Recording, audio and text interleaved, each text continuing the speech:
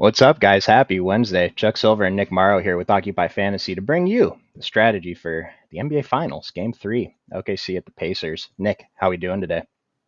Good man, good. We've been alternating these streams. This is the first time we're back together, so good to be here with you. I think we got a lot right last time. The blowout kind of killed us a little bit, though. But yeah, fun series, 1-1 going into Indy. I mean, seems a little bit more competitive than some were expecting, myself included. So yeah, looking forward to tonight. Hopefully, another good game. Yeah, I mean, we were working with a 5.5 point spread earlier. 5 points. I mean, it's pretty decent. I still got OKC winning, but we'll see if Indiana can keep it close. I mean, one of the things I've been harping on was I feel like they just have to shut down Halliburton. And game one, yeah, kind of. He was like 10 below his projection, but game two, still not great. But, or no, he was even worse in game two, right? Yeah, yeah, he didn't do great. Yeah, and so what are you expecting on that front? No, I have the exact same take, and I think Jayhawk and I were kind of beating that same drum last time for game two. He's the easiest pay up to fade. Obviously, he's winning these games in the last minute or two. He's been super clutch. We don't get points for clutch in fantasy or DFS. Kind of is what it is. They're very clearly game planning to kind of take him out, which has benefited guys like Nemhard and Siakam, who we'll talk about. But the biggest thing coming into this series that I was kind of talking about was there's advanced stats in every sport, right? And I'm an MLB guy. There's too many statistics almost at times. There's this new one like defensive plus minus.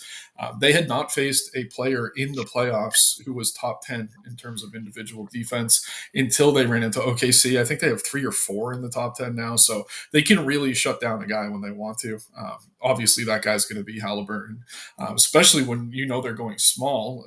They're not going to be taking out Siakam as effectively. So yeah, I think I'll be under Halliburton every single game, no matter what, Mhm. for the rest of the series. And if he beats me and he beats the Thunder, it kind of is what it is. But the plan has to be to shut him down. And given he's so expensive, it's pretty easy to just kind of come in under the field. Will it burn me a game or two? Sure. But over the course of this series, I think it's kind of the profitable way to go. Yeah, I'm fully on board with everything you're talking about. I'm personally fading him. I will point out that I think everyone thinks that. Everyone feels that way, even though he's at home. We've seen these home point guards get higher ownership when they're at home, right? And Halliburton's come in under the field, like under what we had projected for him every game so far. We have him for 48% in the flex, 12% captain. Honestly, I'd be kind of surprised if he still came in that high. I feel like the field is going to fade him. So if you want to get over on him, I think that's okay. Yeah, I mean, strategically speaking, I think it does make some sense. Like I said, there's probably going to be a game or two where he gets there, win or lose. But yeah, I mean, I'm very comfortable just loading up on SGA's captain. It's kind of been working out Yeah. for the most part. My favorite pacer is going to be Siakam again. I like the matchup for him a lot better with OKC going small in the starting lineup, going to Case and Wallace. They haven't had many minutes with both Chet and Hartenstein on the floor, more Hmm. than Turner. That's been benefiting Siakam, in my opinion. And some of his bigger games, these playoffs, have come at home. I mean, he was pretty inconsistent against Cleveland. That's kind of a given the talent of that defensive front court. But yeah, his biggest game, I think, against the Knicks came in that last game of the series when they were at home. I think he's going to have a really good night tonight again. Um, the usage is there. I mean, the shots are there, the minutes are there. He's checking all the boxes, and I do think I trust him a little bit more than Chet and Jalen, just because I'm already playing a ton of SGA. So just thinking in correlation, Siakam probably my second favorite play when we're talking about payups. Yeah, I've been doing the same thing every game. I mean, in the first stream with Brian, I talked about I capped SGA at 70% captain, I think, and he ended up being maybe Lou Dort, but either way, I think it was correct for game two. It was definitely correct. It's just we have a lot of value pieces. Now, we don't have the same prices on those value pieces today, so it might be a little bit harder to fit in, you know, more studs together, I guess. And I am getting less SGA at the captain naturally. And so, are you on the same page on that today? I mean, I'm someone who only plays a handful of lineups. I will say SGA is captain in almost all of mine, but the way Okay. I've been kind of doing it is playing less of these like expensive mid-range guys. Like I said, like I'm only going to have one of Siakam, Williams, Chet in most lineups. I'm not playing that much Turner, even though I went into the series pretty bullish on him.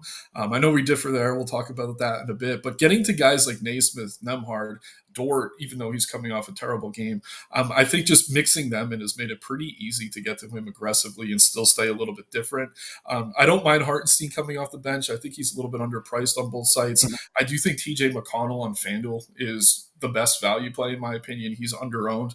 So there's a lot of different ways to go. But I think the easiest way to get different might not be to get away from Chet at captain. It might just be to kind of live more in the lower mid range instead of trying to fit in another stud with the absolute scrubs. Yeah, I'm on board with that. And so, how do you want to do this? You want to talk about each team individually? Yeah, I mean, last show we got so many questions that kind of drove the whole show. But yeah, we could talk about each team and like what we're expecting here. I mean, there's some trends I think that the field might overrate. I mean, yeah, let's go team by team and look at some of the minutes, maybe the game flow from last game.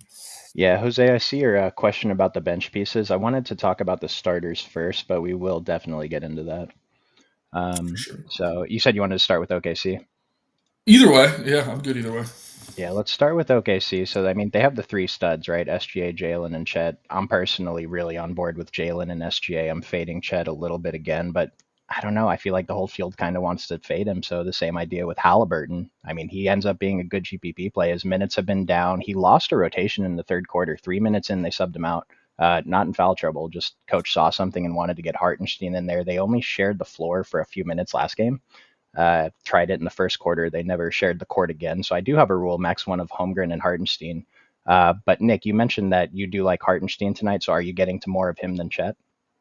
Yeah, I am. Price is Okay. a big factor for it. And I said this last stream too. I did prefer Hartenstein, but if you're looking for ceiling, you're playing one at captain, I would still rather go to Chet.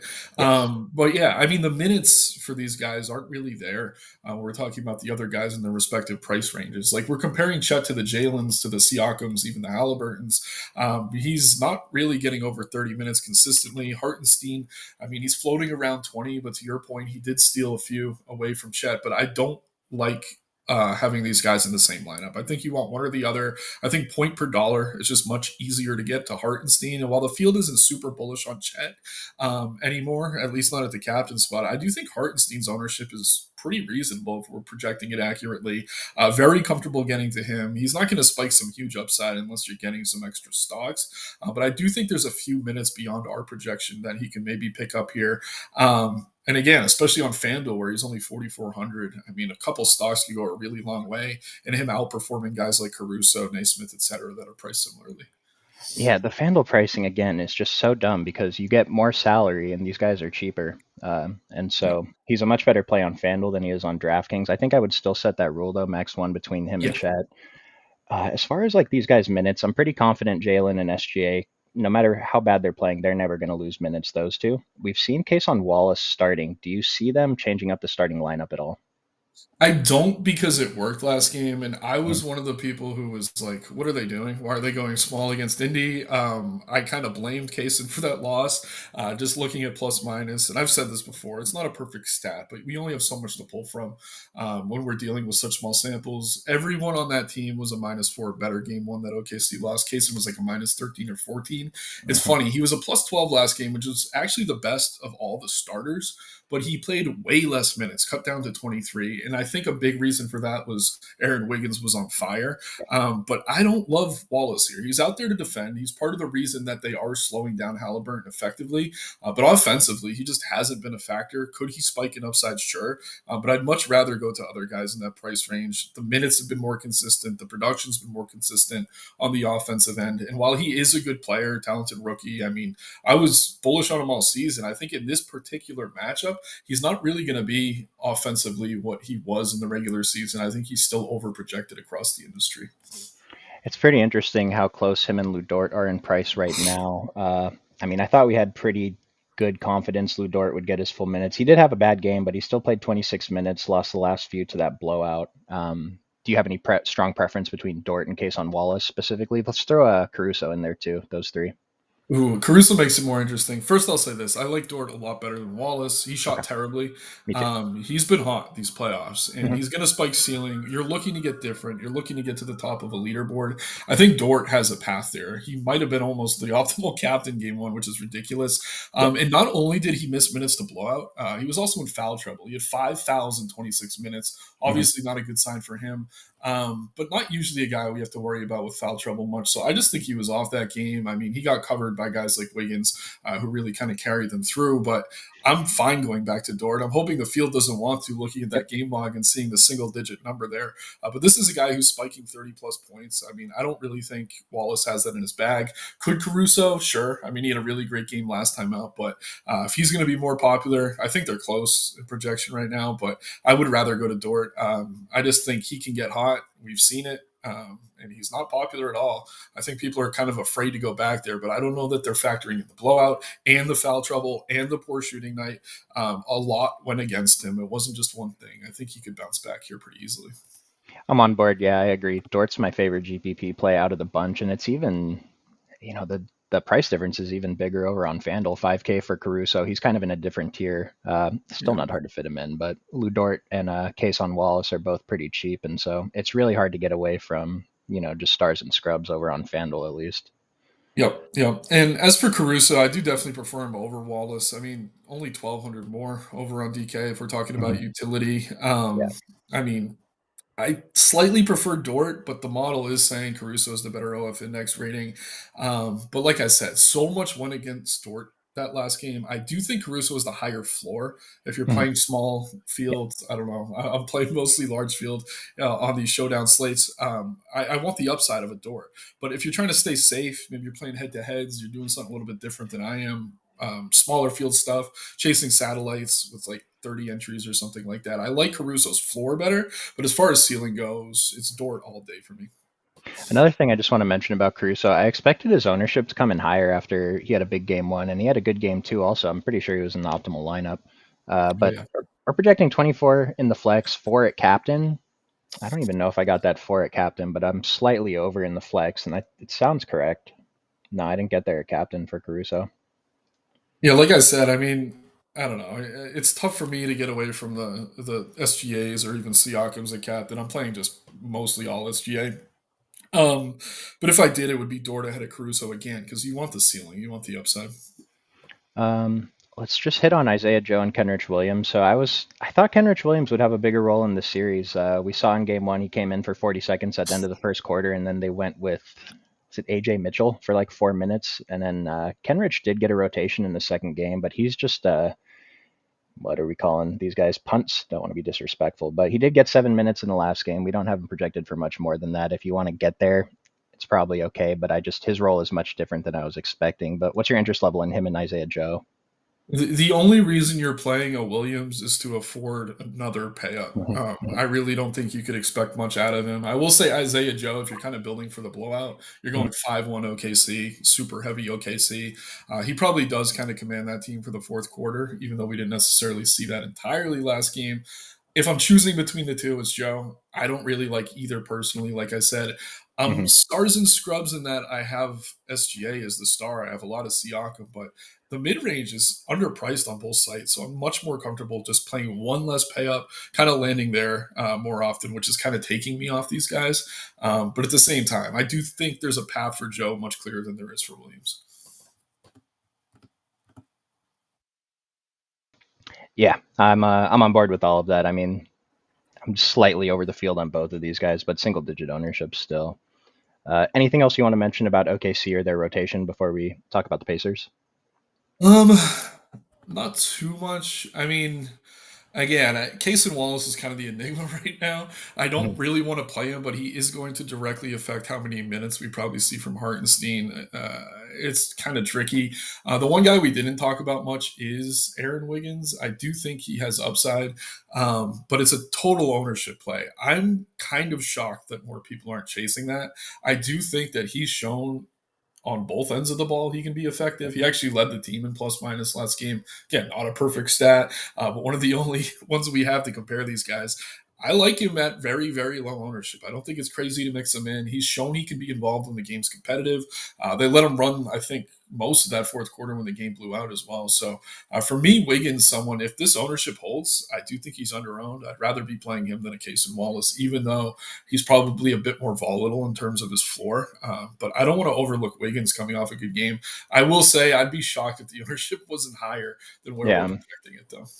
Well, what I said about Caruso, like the field just wasn't chasing. It seemed like they were just defaulting to the star point guard on the home team and then the bench players from the home team, role players from the home team, whatever. But it wasn't that long ago where Aaron Wiggins was playing double-digit minutes, basically every game. He lost the rotation in the playoffs. It's going to happen, but they're going to play him, like Nick said, and as long as he's not playing poorly, he should get, the similar minutes. Yeah, one more really hot take on Wiggins, and someone can check me on this if they want. I don't really feel too bullish about it, but if Indy does a good job kind of keying in on SGA, slowing him down a little bit, I still think he's the best player on the slate. There's not many guys on OKC that can create their own shot. Wiggins kind of can. It's a skill that's very valuable when someone's getting double teamed, and I don't really think there's many other guys on this team that can do that. So Wiggins has a path to more minutes in more than one way. Definitely someone I want to be over the field on. Nice. I like it.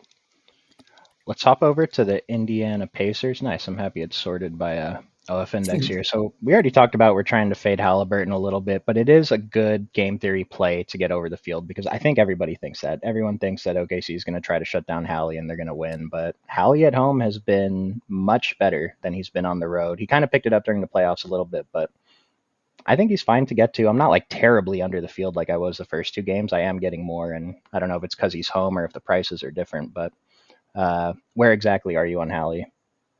If I was playing more lineups, I do think he's someone worth mixing in. Like I said, I'm someone who only plays a handful and just really kind of leans into them. I don't think I have much of him here tonight, but just thinking in terms of game theory, sorting by OF index, seeing that he's the same ownership as Jalen Williams. I mean, I don't know. To me, that's kind of accurate. He's too close to Chet, in my opinion. I do prefer Pascal, but again, if you're playing 150 lineups, we've seen him spike these ceiling games, and Mm-hmm. I'm sure he has at least won these playoffs. 84 fantasy point game against the Knicks. I think that one went to OT, but two other games over 50 against them, albeit a very different matchup. One where he's pushing 60 against Milwaukee. Like he's floating in the 30s and 40 points most of the time, but he is spiking these ceilings, and it's a very different player. Don't mean to compare them in any way other than just in terms of strategy, but I'm sitting here talking about why I like Lou Dort and his ceiling point per dollar. I mean, Halliburton certainly falls into that category. I do think he's popular enough that it's kind of tough to really make a stand on him unless you're not getting to much of SGA and he is a bad game. But at the same time, I mean, this guy's ceiling is as high as any play on the board, same if not higher than SGA.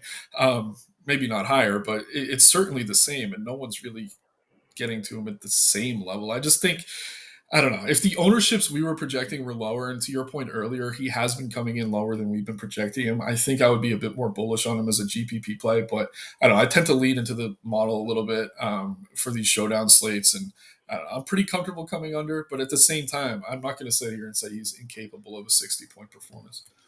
Yeah, I mean, I will mention that overall, Hallie's been below Jalen Williams on the model. Now that Pacers are home, Hallie got a little boost, so he's barely ahead of Jalen. I want to mention one problem that I had on that first game. I faded Halliburton really hard, and what that resulted in was me getting a ton of Jalen Williams and Chet Holmgren, and so that's something I made sure to pay more attention to for the last game and for today. So if you're fading Tyrese, I mean, I think the right move is to mix up more of the mid range rather than just get Chet and Jalen in every lineup. But back to the Pacers. You mentioned you really like Pascal Siakam today. Yeah, Siakam's kind of been my pacer this entire series. I just think the matchup's good for him if they're not going to be playing Chet on the floor with Hartenstein that much, and he's kind of proven that.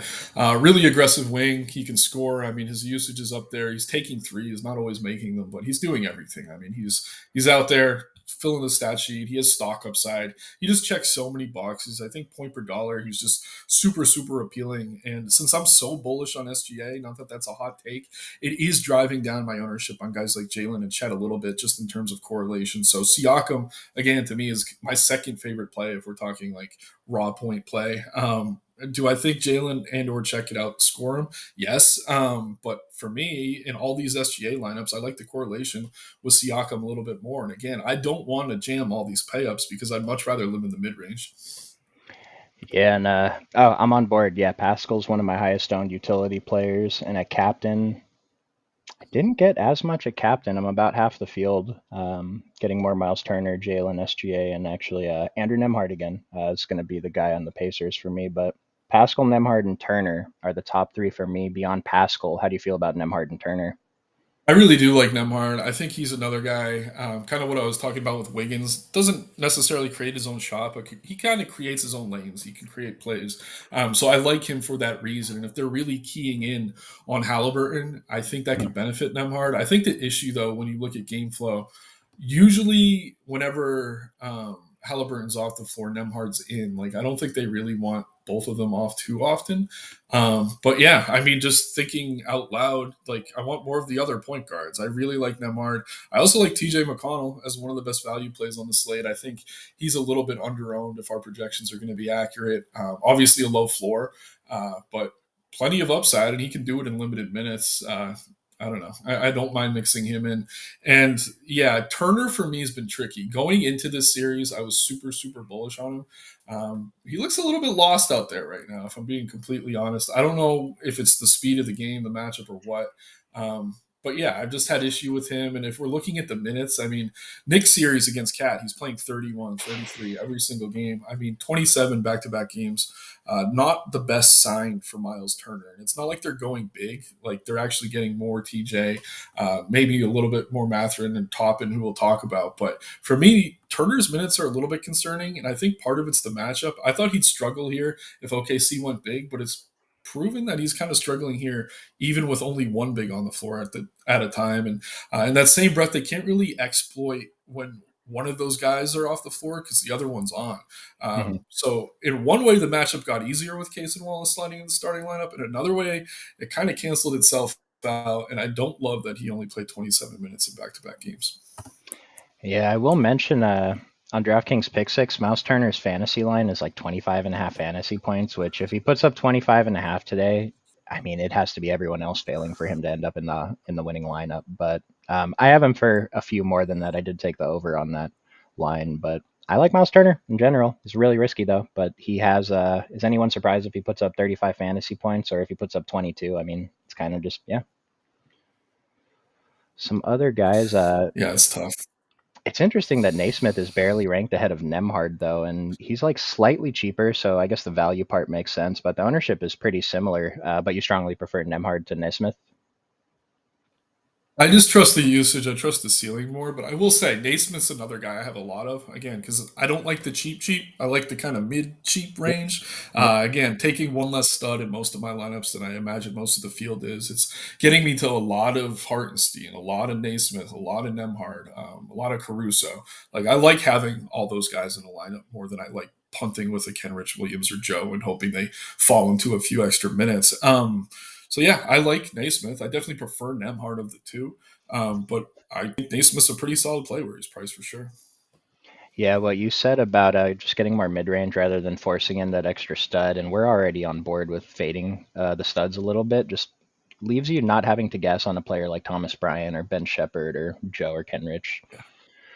So with Obi Toppin, his rotation, I mean, he played. I want to say he got some center minutes last game. Did they try that for about a minute and a half, if I'm not mistaken? Yeah, Yeah, I'm looking at the same thing. yeah, he got a minute and a half in And the third again, quarter. and when we're talking about showdown, and admittedly, I prefer like larger slates. Like you know that about me. I'm never a big showdown guy. I've been playing them through the playoffs, but when I'm sitting here taking a big stand, saying, I don't like Turner. I don't trust the minutes. Every cause has an effect, Mhm. and I'm not going to sit here and say Thomas Bryant's someone I want to get to. Who should benefit? Like if the pace is kind of giving them trouble, I think it's Obi Toppin plays pretty well in transition. Two games, the last game of the Knicks series, first of the OKC series when it was competitive, 25 minutes for him. Didn't play great. Shot 1 for 5 from three last game. But yeah, one or two more of those shots falls. He's around 20 fantasy points. At his price, he'd be way more popular. So to me, I like Toppin. Don't mind mixing him in. Again, I'm not trying to go too cheap, but he's someone I'm definitely more comfortable going to than like a Joe or a Bryant or maybe even a Wiggins. He's kind of in that same range as Wiggins for me. Yeah, the only guy, I guess I don't know if I don't know if Toppin's a punt, but the only like cheap guy that I'm getting more exposure than Toppin is Benedict Matherin, who I'm pretty sure you're not entirely on board with. I'm trying to get away, but it's either him or Thomas Bryant, and I like him more than Thomas Bryant today. I think Bryant's salary is unnecessary. I'm fading all the expensive guys. I don't need it. But what do you think about Matherin? I mean, if this ownership holds, he's a good play. He's cheap. He has upside, checks the boxes, similar to Wiggins, guy who can kind of get his own shot. At the same time, though, the same way so much went wrong for Dort, so much went right for Mathurin last game. He played almost the entire fourth quarter, got really hot shooting. Um, I don't know. I think he did everything right, and he still didn't really put up that great of a fantasy score. And also, I mean, if we go back to the Cleveland series, he was playing a lot. I don't know who was banged up at the time. I'd have to go back and look. But since the Cleveland series, any game he plays 20 minutes. Following game, he's only played 10. So it's just, again, I'm really stretching to find patterns. We're dealing with small samples of data. But again, we're trying to navigate just one game. I think there is reason to come in under on him. But at the same time, if the field's not going there, I think he's a good play because he does have upside. It's just I thought he'd be way more popular coming off that game. I guess people are just seeing the box score. Didn't shoot that well, but he was out there a lot more than I think I was expecting in game two. Yeah, so we have him projected for 16% in the flex. I think he's coming in 30. I'd be really surprised if he came in less than 30. And so that's how I'm operating with that assumption. And I'm right around the field. I tried to get away, but it's really tough if I'm fading the expensive guys because there's just not that many combinations of lineups that I can get to anymore. Uh, Yeah. but I have another quick take on Matthew. I yeah. actually like him in OKC builds if you're going OKC heavy because if they fall behind, Carlisle doesn't Mm. like Mathurin's defense at all, but they do need his scoring at times, especially if they're shutting down Hallie. He's another guy I think who could be more involved if the game's going poorly. We also saw him play that whole fourth quarter in the blowout. So yeah, I think if you're going like super heavy OKC, Mathurin's a pretty good run back. And then compare Matherin to TJ McConnell. Yeah, it's tricky. I think TJ has the much higher floor. I think no matter what Mhm. happens here, he Yep. probably plays 16 to 20 minutes. Um, he spiked the upside. I wouldn't want him a captain. I don't think he has enough of a ceiling really to get there, but I do like him as value. I do think on FanDuel, especially 2,400 for him is kind of insane. He's cheaper than Toppin. I think he's a higher floor than Toppin. I think he has a higher floor and ceiling than Case and Wallace. So to me, TJ is someone I definitely want to get exposure to, kind of in the same vein as Matherin. He could also be involved in the blowout, but I do think he'll be involved even if the game's competitive. So, again, I don't want to go too cheap, but TJ is someone I am pretty comfortable including in a decent amount of lineups for sure. If this ownership holds, or even if it's higher, I would be over the field. I could say that pretty confidently. Yeah, TJ was definitely in the optimal lineup last time. He went off 2,400 on FanDuel. It's just incorrect, but there's a few guys over there that are incorrectly priced. So what do we got? Last rotation on Indiana I want to talk about. I'm concerned about getting to Thomas Bryant. I already kind of alluded that I'm trying to get away, but I'm in on Miles Turner, and I don't know. Like they tried the Obi thing at center for a minute and a half. It didn't really work. How do you feel about Thomas Bryant? And then do you think that there's any chance they could bring Tony Bradley in for a rotation or two? First, Tony Bradley, just no. That's a no for me. Come on, Uh, man. Brian, for me, he had one good game against the Knicks and he shot 3 for 4 Mhm. from three. Yeah. I don't know. I just don't see it again. I don't want to go that cheap. Wiggins to me, priced, I don't know. He's 2K more. Like, that's probably as cheap as I want to go on DK. On FanDuel, Wiggins is only 200 more. I think it's a no brainer to just go to Wiggins. And yeah, maybe he proves me wrong, but I don't think they're trying to take Turner off because they're bringing in Bryant because he's going to upgrade in any way. I think they Nope. take Turner off because they need to play faster, which is going Mhm. to benefit Siakam, maybe more minutes for him at the five.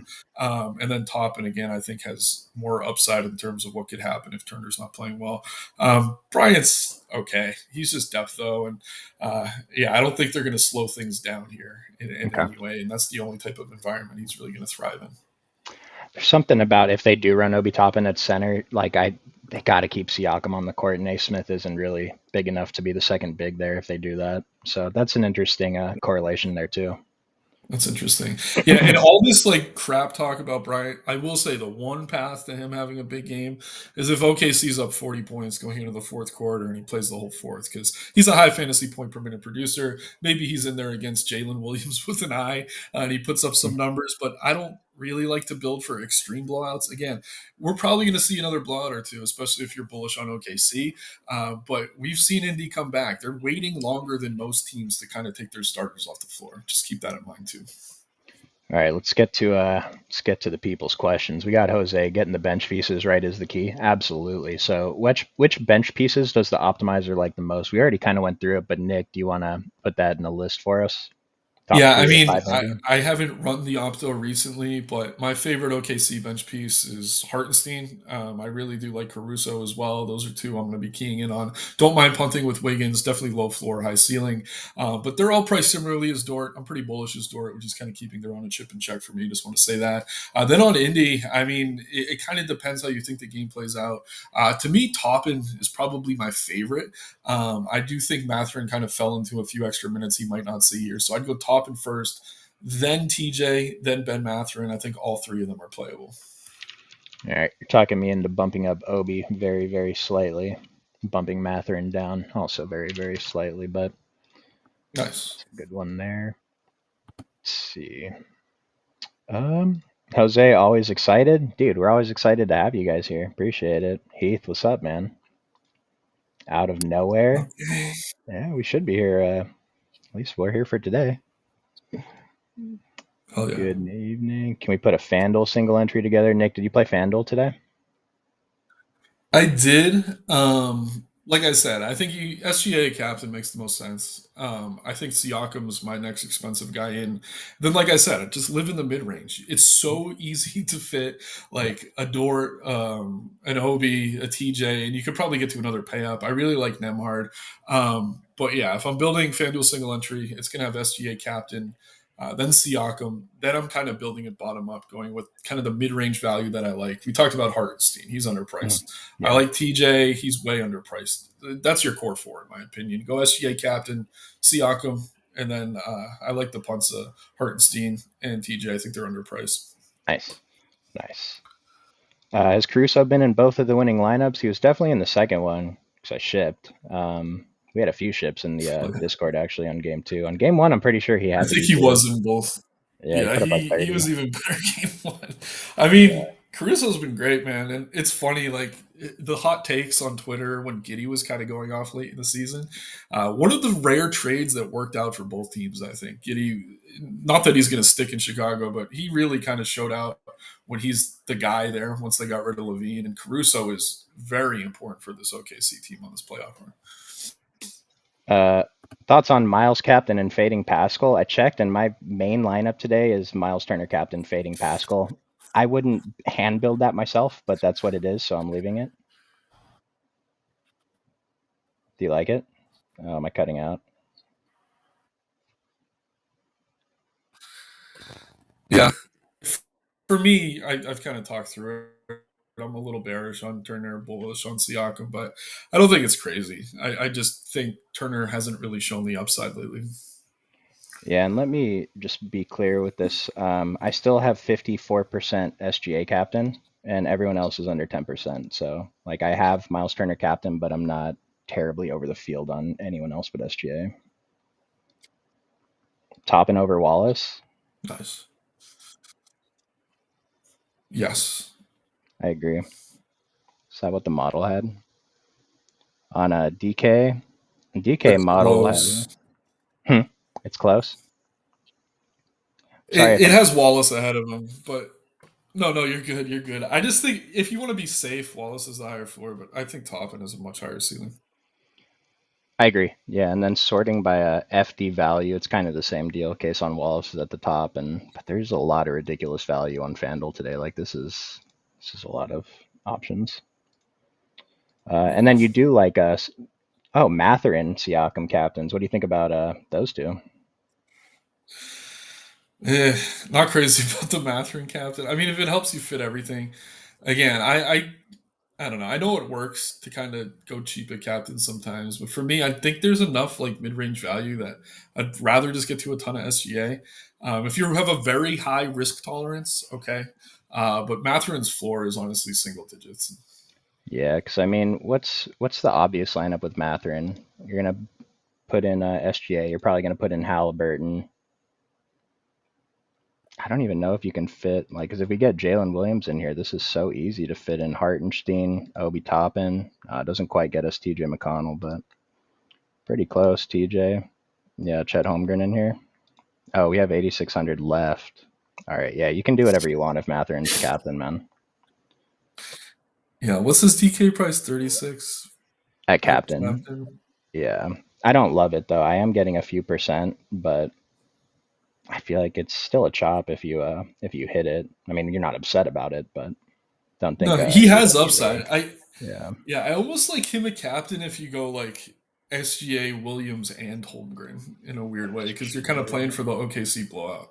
All right, let's try that. SGA, Holmgren, and Williams, and then we're fading Siakam and Hallie. Or I mean, we fit in Siakam. We can still get Definitely. Case on Walls top in. Yeah, I mean, again, we're building for the blowout, so the more OKC, the better. So no Hallie. I mean, you got to spend the salary. If Halliburton, because I think he was in the FanDuel optimal, scoring like 35 fantasy points in game one, which you just had to spend salary somewhere. The value pieces all went off. Yeah, So I mean, either yeah, way, again, I mean, he could still be worth it. It becomes raw points at that stage, so yep, he could be yep. fine. Let's see what else we got here. Toppin and Turner in the same line. Do you want to set that rule, Nick? I have it for Turner and Bryant max one. I put it for Toppin last time, but I don't know. It feels correct, I think, to put max one of three, but it might be a mistake. Again, I'm not playing like any Bryant. I'm trying to sit here and look at the biggest top in games. I mean, game one against OKC, the last game against the Knicks. Um, and how did Turner do in those games? Let's see here. Just give me half a second while this loads. I don't think it's insane just because Turner's prices come down. Um, but at the same time, I don't love it. Like if I'm hand building, I want one or the other, and I much prefer Toppin. We haven't seen a ceiling from Turner in a really long time. If Toppin has a ceiling game, I think it's very rare Turner's also having a ceiling game. So for me, no, honestly. But again, I'm someone playing a handful of lineups. There's almost like nothing you shouldn't do if you're really loading up and MMEing in a one game slate. But for me, I think there's enough correlation there that the ceiling games from Toppin come when Turner's seeing limited minutes. Nice. And I'm sorry if I'm cutting out. I feel like I'm cutting out because I keep cutting Nick off, not meaning to. But we're going to be here for a couple more minutes. If you guys have any last second questions, please throw them in the chat. Nick, what do you want to talk about to close out the show? No, just yeah, it should be a fun game. I mean, again, I've been bullish on OKC in this series. I think they match up really well. Still a little confused that they're not going super big with the starting lineup. I think they're going to go small again. They won easily with Kaysen in there, but don't be shocked if Hartenstein were to start. If that were to be the case, I'd like Hartenstein even more. I actually think it could cut into Chet slightly. Um, but yeah, again, we don't really need to project that. It's just a hypothetical that could happen. So, yeah, I think OKC looks good here. Again, loading up on SGA, getting to a ton of Siakam, and kind of living in the mid range. It sounds like a lot of the people I've heard from today are kind of trying to go to these cheap guys. Make sure your lineup makes sense. Like if you're playing these Mhm. punts, you're probably playing for the blowout. I don't think there's a super competitive game where Isaiah Joe is super effective or I don't know. Matherin's having a ceiling game, the same game as Halliburton. Like that just seems so strange to me. So again, we're forcing correlation in our minds to build, but usually that's kind of the right way to go. And then Geek Hippie Caruso will play. Yeah, his price came up on DK. I think it's fine to pay up to kind of be contrarian because, like I mentioned earlier, I don't think the field is chasing, especially with that price increase. I mean, I believe this ownership. I told you guys I didn't believe a few of the other ones. Like maybe Caruso comes in a little more, but I don't think he'll be over 30. I think he's fine, especially if you're fading one of the top guys. You probably have to. Yeah, I like Caruso. Top and captain. What do you think about that, Nick? If you're going top and captain, I would say don't play Turner. Yeah. Probably, I don't know. It's a little bit crazy. It could work. Um, yeah, I don't love it, but again, large field trying to get different. He has upside for his price. It's not too crazy. I mean, kind of like Mather, and it lets you But fit in again, three no studs. Turner if you're playing top and captain. Yeah, I would definitely set that rule and Yeah, and again, I agree. think the Mathurin's. No, you're good. Yeah, we're cutting each other off a little bit, but yeah, All I think good. the You're Mathurin ceiling games most often coming either in a huge comeback or if OKC is completely blowing them out. correct. And Halliburton, Jalen, ownership at captain on DK. So what do you think about these ownerships? I'd be flabbergasted if SGA wasn't much higher than this. The rest of them I could see all coming in pretty much what we have projected. I guess a little bit less since SGA Yeah, is I going to think get more. I think Halliburton's going to be the top. Or no, what am I saying? No, SGA is going to SGA. be like probably double or even triple that. Yeah, Halliburton probably comes in second with it being a home Mhm. game. Um, but I mean, if you're going captain anything other than SGA, I think you're already getting pretty different. Yeah, I mean, just scrolling through SGA at the top, and then, like I said, I don't have anyone else above 10%, but I am getting percents of all these guys. Jalen Williams, Pascal, Miles Turner, Nemhard. Yeah, Matherin's in there at 3%. Chet Holmgren, I only have 2% captain. That's a stance I'm taking. Kason Wallace, I have a few percent. Obi, I'm getting in there with 2% Obi. So basically everyone else. And I try to do a little bit of stuff to make sure I don't just have the same lineup everyone else is going to enter with those cheap captains. But if you're like us and you think SGA comes in with much higher captain ownership, remember it's just going to take away captain ownership from everybody else. And I mean, that's the easiest way to win in Showdown, get the captain right now. SGA has been the winning captain, and we do have the value to fit him easily. So just keep that in mind. And how much money to leave. How do you feel about leaving money in this series, Nick? Yeah, usually it's a good idea in Showdown. At the same time, I mean, the pricing has gotten a lot tighter compared to last game. Like all the value guys have kind of come up in price. So in large fields, if you're playing a bunch of lineups, I do think it's good to leave salary for a lot of them. If you're playing one or a single entry, though, I wouldn't force yourself to come in under if you really, really like your lineup. Again, usually it's the way to get different in Showdown. You don't want to dupe, but that depends on risk tolerance. It's almost impossible to win one of these final games without duping with someone. So you want to minimize that. A good way to do that is to leave some salary, but as pricing gets more efficient throughout the series, it becomes a much riskier proposition. So again, it depends on your risk tolerance, how many lineups you're playing. For me, again, only playing a handful of lineups, I don't care too much about it. Like if it's me deciding on a last guy in, like I do like kind of leaving the salary. But again, check OF index. You don't want to Mhm. leave too much upside on the table when doing that. Yep, yep. Caruso captain. I mean, you could. His price is kind of. He's kind of a no. I don't know. It's just the price is like. It's kind of weird. I don't know how to explain it. Like yeah, it's tough to talk about because he's been optimal the last two slates. Yeah. The price increase is enough that maybe he won't be even if he produces similarly. I'd say, what does the rest of your lineup look like? If you're not punting with a bunch of Thomas Bryants and Isaiah Joes, I'm fine with it. But again, if you're going cheap at captain, it's to fit extra studs. So just make sure that I don't know you really like the rest of your lineup. And I think that'll do it for us today, fellas. We have about what 45 minutes until lock. It's 7:45 Eastern right now. Nick, thanks for joining me today. And guys, let's get it. Let's have a fun game at least, not a blowout, right? Yeah,